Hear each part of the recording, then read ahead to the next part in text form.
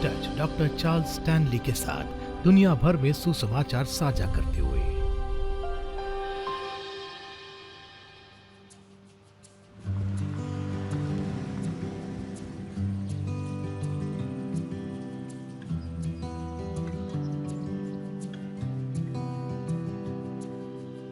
हम high school में मिले थे। मैं 15 साल की थी, वो 16 साल का था और हम 3 साल तक साथ रहे।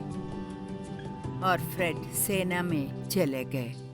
वो 101वें एयरबोर्न 327 में थे। मुझे वो हमेशा याद है। वो हमेशा सामने ही के पंक्ति में रहा करते थे। एयरबोर्न ने यही किया।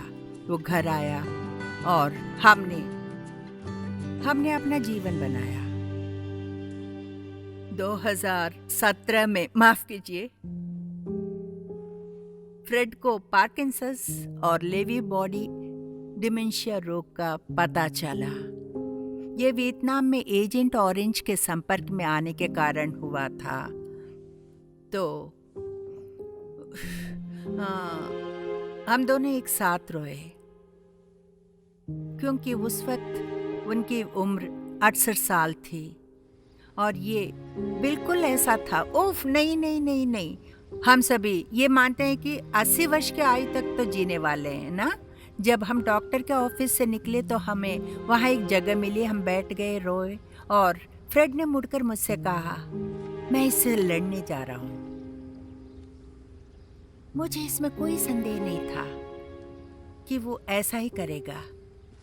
मैं आपको ये बताऊंगी, लगातार प्रार्थना करना मुझे पसंद है। मेरी बाइबल निश्चित रूप से हर समय मेरे साथ होती और चार्ल्स स्टैनली की मासिक पत्रिका मैं उसके लिए हर दिन पढ़ती थी। परमेश्वर पिता को ये पूछे बिना कि आज आपकी क्या इच्छा है, ऐसा कोई भी दिन मेरे जीवन में नहीं बीता। परमेश्वर पिता, आप क्या चाहते हैं कि मैं आपकी सेवा और कैसे करूं? फ्रेड और मैं हमेशा इस बारे में बात किया करते थे कि जब रिटायर होंगे तो वॉलंटियर के रूप में कार्य करने के अलावा और कुछ भी नहीं करेंगे।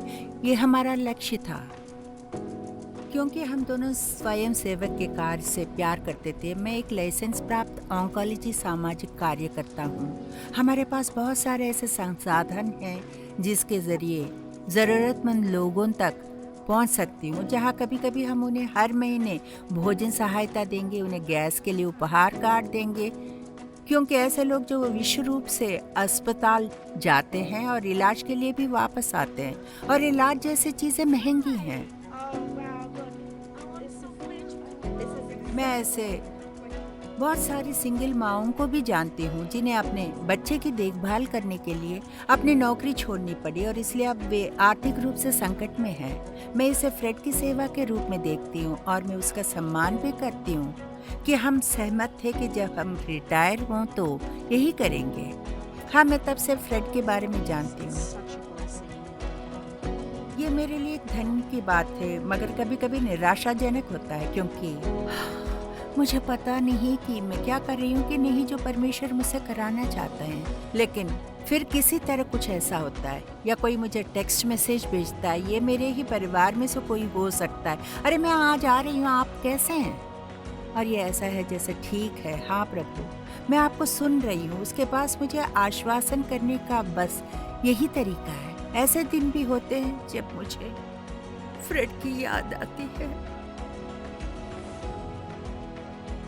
मुझे नहीं लगता कि आप अकेले कुछ हासिल करते हैं जब आप एक स्वास्थ्य संबंधी परेशानी से होकर गुजरते हैं। आप जानते हैं कि आप ठीक हैं, शायद आप इस समय ठीक भी महसूस नहीं कर रहे हैं, लेकिन आप ठीक होने जा रहे हैं, क्योंकि परमेश्वर पिता वही है, आपके साथ है। जब आपका समय खराब चल रहा हो तो आपको अपने आसपास के लोगों को अपने साथ, अपने आसपास रखना होगा। ये वही लोग होते हैं जो न सिर्फ इसे प्राप्त करने में आपकी मदद करते हैं, बल्कि आपको भावनात्मक रूप से भी ऊपर उठाते हैं। हम अकेले नहीं हैं, हम एक साथ जुड़कर रहने के लिए बनाए गए हैं।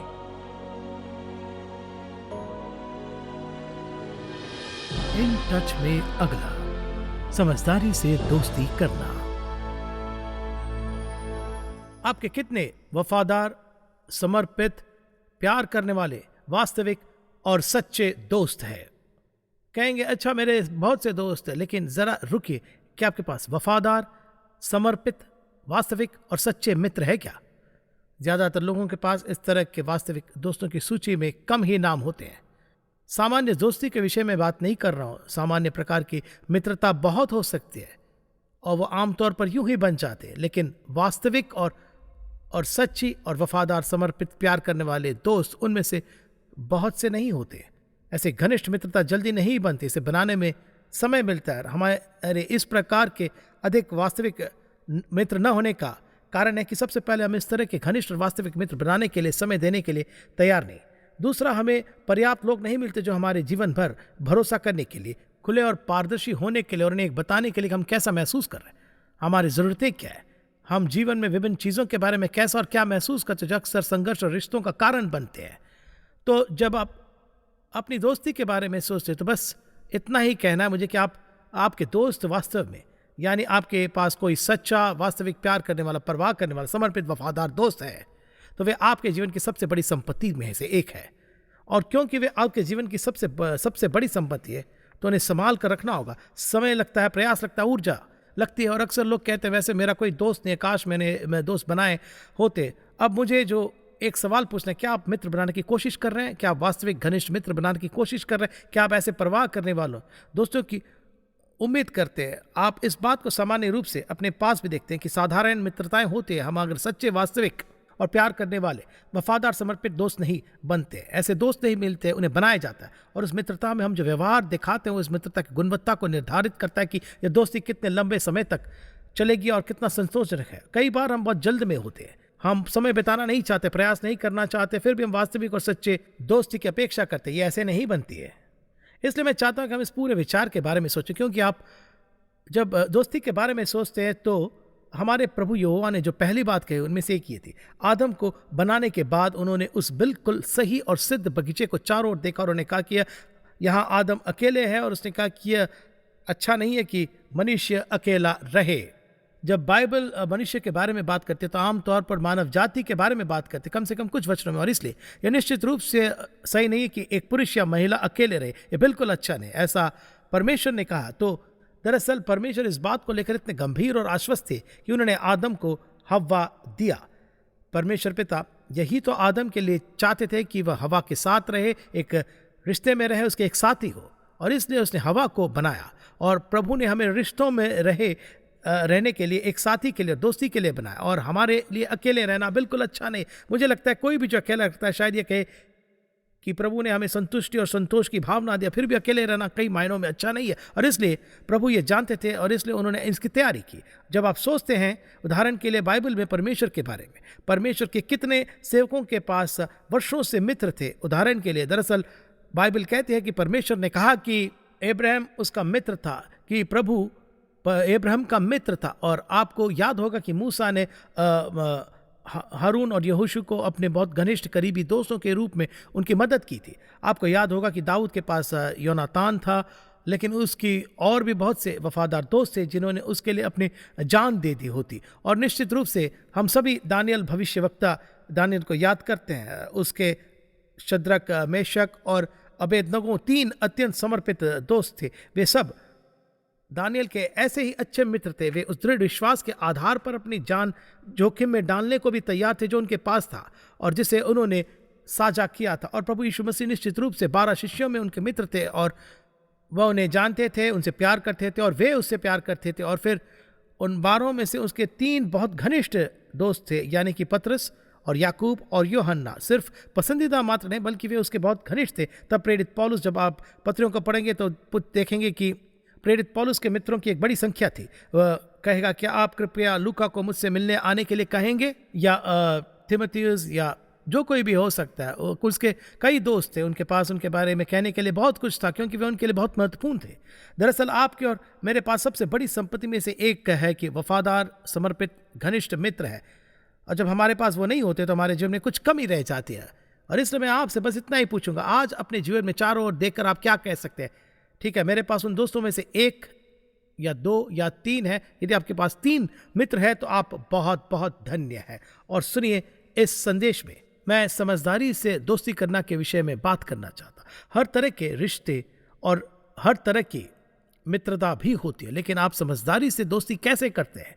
ऐसी दोस्ती जो हमारे जीवन में और साथ ही साथ उस व्यक्ति के जीवन में भी बदलाव लाती है, जो हमारा दोस्त बन जाता है। इसलिए मैं चाहता हूं कि आप नीति वचन के 18वें अध्याय में केवल सिर्फ एक वचन की ओर ध्यान दें। 18वें अध्याय के 24वें वचन की ओर देखिए और मुझे इसे थोड़े से समय से समझाएं। नीति वचन के इस 18वें अध्याय का 24वां वचन देखिए। यहाँ पर पवित्र शास्त्र क्या कहता है? बाइबल कहती है कि एक आदमी, जब बाइबल कहती है कि एक ऐसा मित्र, वो एक पुरुष भी हो सकता है या महिला भी, तो बस ये कहना चाहता है कि एक बार, मतलब इसका अर्थ है मानव जाति, पुरुष या महिला कोई भी हो सकता है। जरा सुनिएगा, पुरुष या महिला मित्रों के बढ़ाने से तो उनका नाश होता है, लेकिन संसार में कुछ लगता है तो दुनिया में उसका जो मतलब हो सकता है, मुझे ऐसा लगता है कि आपके पास जितने अधिक मित्र होंगे आपके उतना अच्छा होगा। लेकिन सुनिए बाइबल क्या कहते हैं। मित्रों के बढ़ाने से तो नाश होता है, परंतु ऐसा मित्र भी होता है जो भाई से भी अधिक मिला रहता है। एक मित्र ऐसा भी होता है जो सगे भाई से भी ज्यादा करीब रहता है। बाइबल बताते हैं कि बहुत सारे मित्रों के होने से एक व्यक्ति बर्बाद हो जाता है। उसका मतलब क्या? यहाँ बर्बाद शब्द का अर्थ है इतनी बुरी तरह से हिलना कि आप टुकड़े टुकड़े हो जाते हैं। क्या आपका कोई ऐसा दोस्त है, चाहे कुछ भी जो भी है, वो आपके साथ खड़ा रहता है? मैं बहुत आभारी हूँ कि मेरे कुछ मुट्ठी भर ऐसे दोस्त हैं जो मेरे साथ हर समय खड़े रहते हैं, चाहे कुछ भी हो जाए। क्या वे हमेशा मेरी साथ से सहमत होते हैं? नहीं। क्या वे मुझसे प्यार करते हैं? हाँ। क्या वे वफादार, समर्पित, विश्वासमंद, सच्चे और घनिष्ठ दोस्त हैं? हाँ। मेरे अपने जीवन में सभी कठिनाई और संकटों में ये लोग मेरे साथ खड़े रहते हैं, मेरे साथ जुड़े रहते हैं, चाहे कुछ भी हो जाए। वास्तविक प्यार करने वाले, वफादार, समर्पित दोस्त। और ज्यादातर लोगों को अपने जीवन में इस प्रकार के 3 लोग भी नहीं मिलते हैं। तो आपको अपने आप से यह पूछना है, मेरे और दोस्त क्यों नहीं है? मैं इस प्रकार की मित्रता कैसे विकसित करूं? ऐसी मित्रता जो वास्तव में संतुष्ट करती है, ऐसी दोस्ती जिनके बीच आप अच्छा महसूस करते हैं, उनके प्यार को महसूस करते हैं, उनकी स्वीकृति महसूस करते हैं, आप उनकी उपस्थिति में रहना पसंद करते हैं। वहाँ कुछ है। उस तरह की दोस्ती के लिए आपकी आत्मा में एक लंगर की जरूरत है। मैं आज इस संदेश के विषय में बात करना चाहता हूँ। मैं चाहता हूँ कि इस पूरे विचार के विषय में एक पल के लिए सोचे। यह बात निश्चित रूप से हम में से प्रत्येक के जीवन के लिए एक सच्चे और घनिष्ठ मित्र बनाने के लिए परमेश्वर की एक योजना है। शायद बहुत से नहीं, लेकिन कम से कम कुछ विश्वास योग्य मित्र है, करीबी दोस्त, कई घनिष्ठ दोस्त, लेकिन वे बहुत ही कम और छोटे समूह या 1 या 2 या शायद 3 या शायद उससे कुछ ज्यादा। और अगर आप ऐसा कर सकते हैं, सच्चे घनिष्ठ मित्र, और मैं इस बारे में जरा बात करना चाहता हूं कि ऐसा करने के लिए क्या आवश्यक है। और जब आप इस तरह के दोस्तों के बारे में सोचते हैं कि परमेश्वर ने इस बारे में क्या कहा है, जब उन्होंने कहा मनुष्य का अकेला रहना अच्छा नहीं है, उन्होंने हमारे लिए अपने जीवन को भरने में मदद करने के लिए इस तरह के विश्वास योग्य संबंध बनाने और विकसित करने और स्थापित करने का इरादा किया। हमारे जीवन में आपके और मेरे पास जो सबसे बड़ी संपत्ति वो हमारे मित्र है, जिनको परमेश्वर पिता ने हमारे जीवन में दिया। अब बड़ा सवाल यह है, मैं उस तरह का रिश्ता कैसे विकसित करूं? मैं किसी के साथ भी इस तरह की दोस्ती कैसे बनाऊं? मैं ये कहने के लिए वापस जाना चाहूँगा। याद रखिए कि कई बार हमारे पृष्ठभूमि का हमारे दूसरों के साथ व्यवहार करने के तरीके पर प्रभाव पड़ता है। यह ज़रूरी नहीं कि आपके बचपन में ही, लेकिन जिस तरह से आपके साथ वयस्कता में व्यवहार किया गया, लेकिन जिस तरह से हमारे साथ अतीत में कई बार व्यवहार किया गया, एक बुद्धिमान समझदार संबंध या समझदारी के साथ मित्रता करने में सक्षम होने की हमारी क्षमता को अत्यधिक प्रभावित करता है। इसलिए मैं अभी जो करना चाहता हूँ कि मैं आपको उन चीज़ों की एक सूची देना चाहता हूँ जो मुझे पता है कि इस बात को करने में मदद साबित होगी। और मैं बस से इस तरह से कहना चाहूँगा, हम समझदारी से मित्र कब बनाते हैं? जब हम बुद्धिमानी से सोचते हैं, जब हम समझदारी से सुनते हैं। एक ऐसी चीज़ों की मैं सूची दूंगा जब हम एक गहरी पारस्परिक चिंता साझा करते हैं, और तो हम समझदारी से मित्रता का निर्माण करते हैं। यह एक पारस्परिक हित है जो आपके पास है।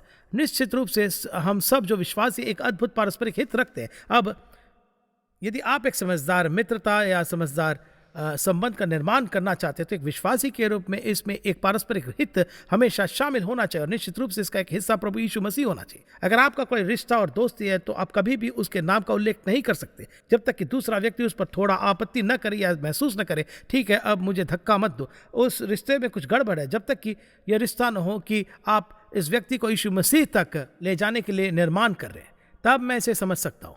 लेकिन जब हम दोस्ती बनाने के बारे में बात कर रहे हैं, वफादार, समर्पित, प्रेमपूर्ण दोस्ती, सबसे पहले निश्चित रूप से यह उन चीज़ों में गहरी रुचि की पारस्परिक भावना से शुरू होने वाला जो आपके साथ है। बहुत ही ज़रूरी है। हम बना सकते हैं, सुन सकते हैं। हम इस तरह की दोस्ती का निर्माण समझदारी से कर सकते हैं। कब? जब हम सुनते हैं, हम इसे बना सकते हैं।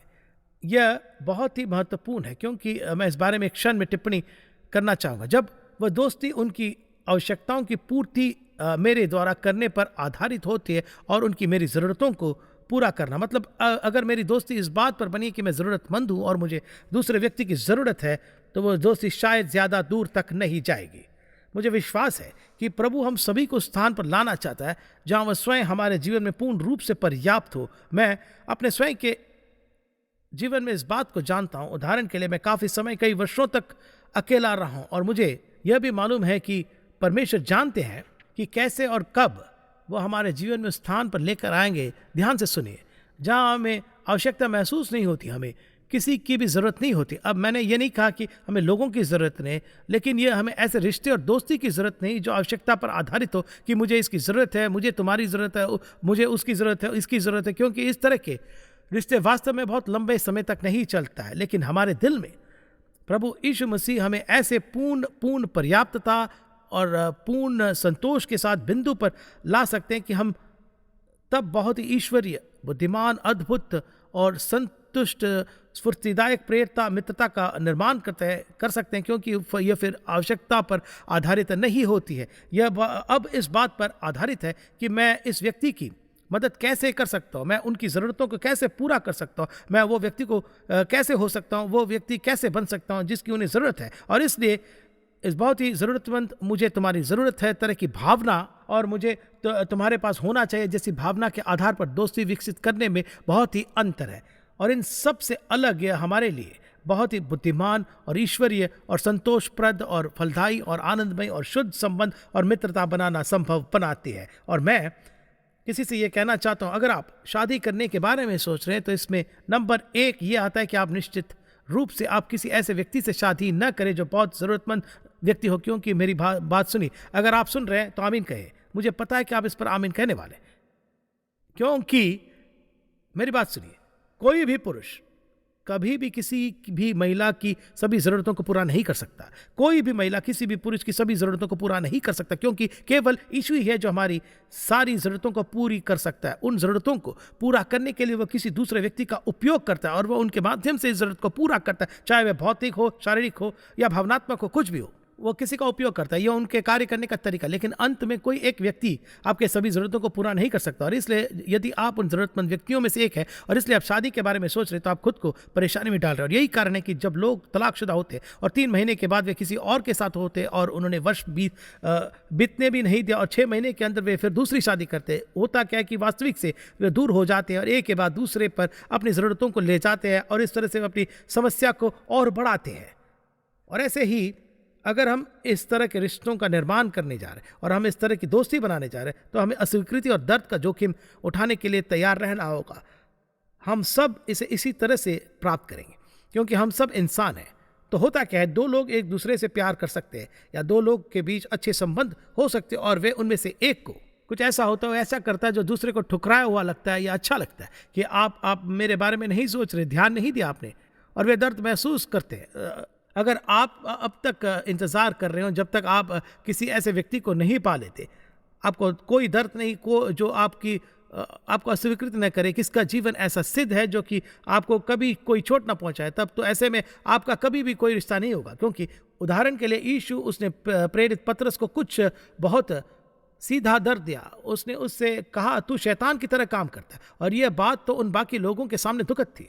और इसलिए जब हम उन रिश्तों और दोस्ती का निर्माण बड़ी समझदारी के साथ करने की बात करते हैं, तो आपको थोड़ा सा चोट, थोड़ी दर्द, थोड़ी गलतफहमी और कुछ अस्वीकृति सहने के लिए तैयार रहना होगा। और आप मजबूत रिश्ते और दोस्ती बनाना चाहते हैं, तो सुनिए, जब हम ऐसा करते हैं और हम वास्तव में ऐसा करना चुनते हैं, तो हम ऐसा तब कर सकते हैं जब हम बलिदान करने के लिए तैयार रहते हैं।